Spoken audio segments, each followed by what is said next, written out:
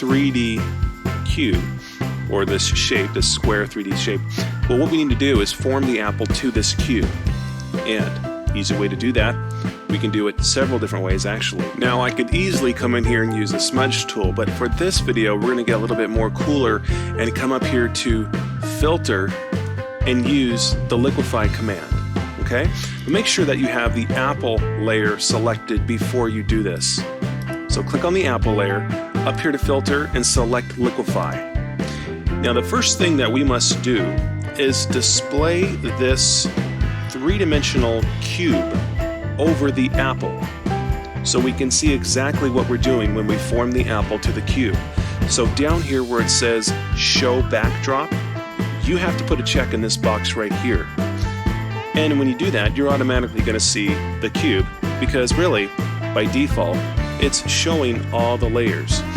And these are only showing transparently, so you can see that we can control the opacity of the layers for the backdrop. We can turn it all the way up as well. But what we must do though, you see where it says use? We only want to select the 3D shape from this menu. Because see, if we don't just select the 3D shape and we have all the layers selected, well, as soon as we come in here and start painting, we're going to see the original apple transparent in the background. You see that? And we don't really want that. So now if you watch closely, if I come over here and switch just to 3D shape, watch what happens. You see that go away, and it just makes it a lot more easier to work with, so we don't have that distracting background there while we form to the shape. So what I can do is undo that. So we've checked the show backdrop option. You can adjust the opacity to your liking. I don't really need it too high. I can just keep it, 50% will work just fine. How we're going to begin here is we're going to use this tool at the very top. It's called the forward warp tool. And this is the magic, folks, right here. This is what does it all. And so if you select that tool, and then over here on the brush size options, you'll need to adjust the size of your brush according to the shape and how large you need it. And so what I can do is just bring this down here next to the apple, click the mouse, and move towards the apple, and you can see it start to push the apple inside. Look at that.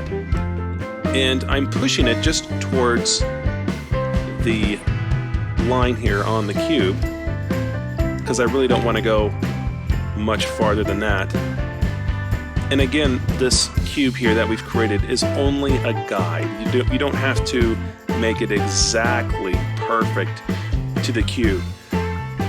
So there you go. We can also click on the apple inside and push it out as well. You see that? And here's another tip. If you ever make a mistake, you can also use the reconstruction tool, which is almost like an undo.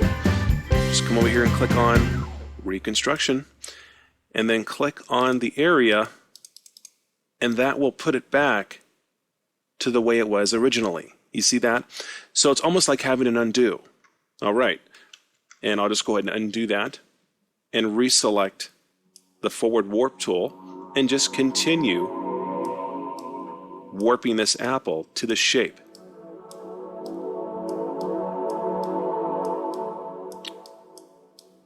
And I like to make the edges just a little bit rippled. I don't want to go too perfect, so it looks like it's natural.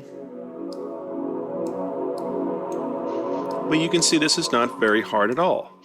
And you can really use your imagination here. You can create all different types of shapes.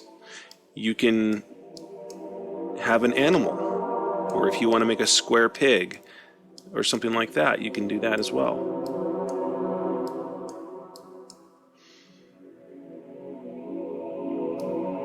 Just going to move this bottom up here.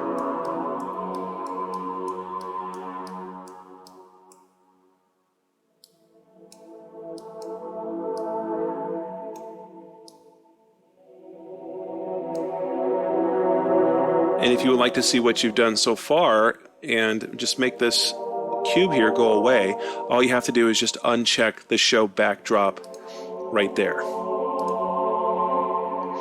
So I'm going to move this around here, and Everything's looking pretty good. I'm going to increase that brush size just a little bit larger there. And we're going to push this corner in here.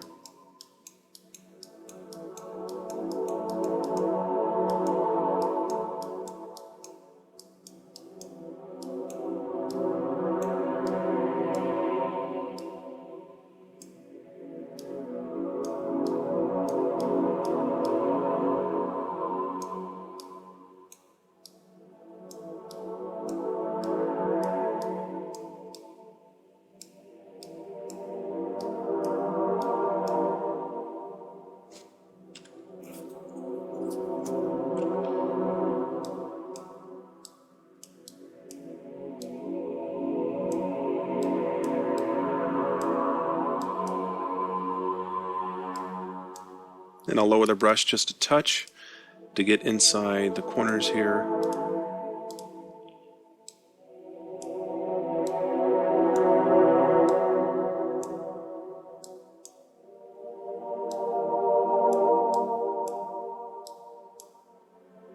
And look at that, you can really start to see how this is coming along.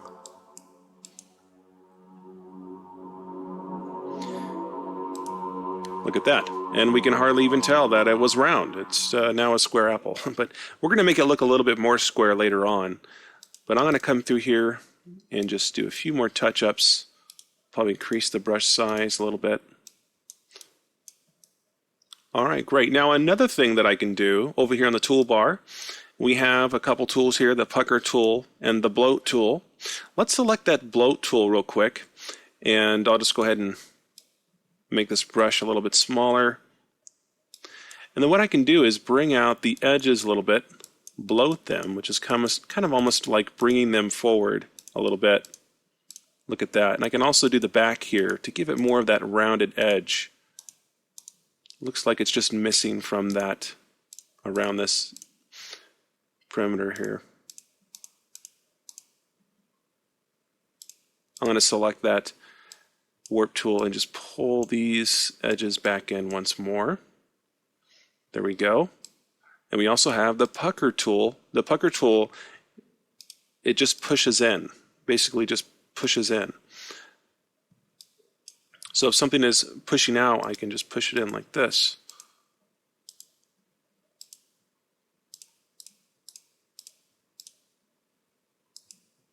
And that's probably going to be a little bit too big for that side. That way it doesn't look like it's bloating out as much. And I'll go back here and just do a few little touch-ups.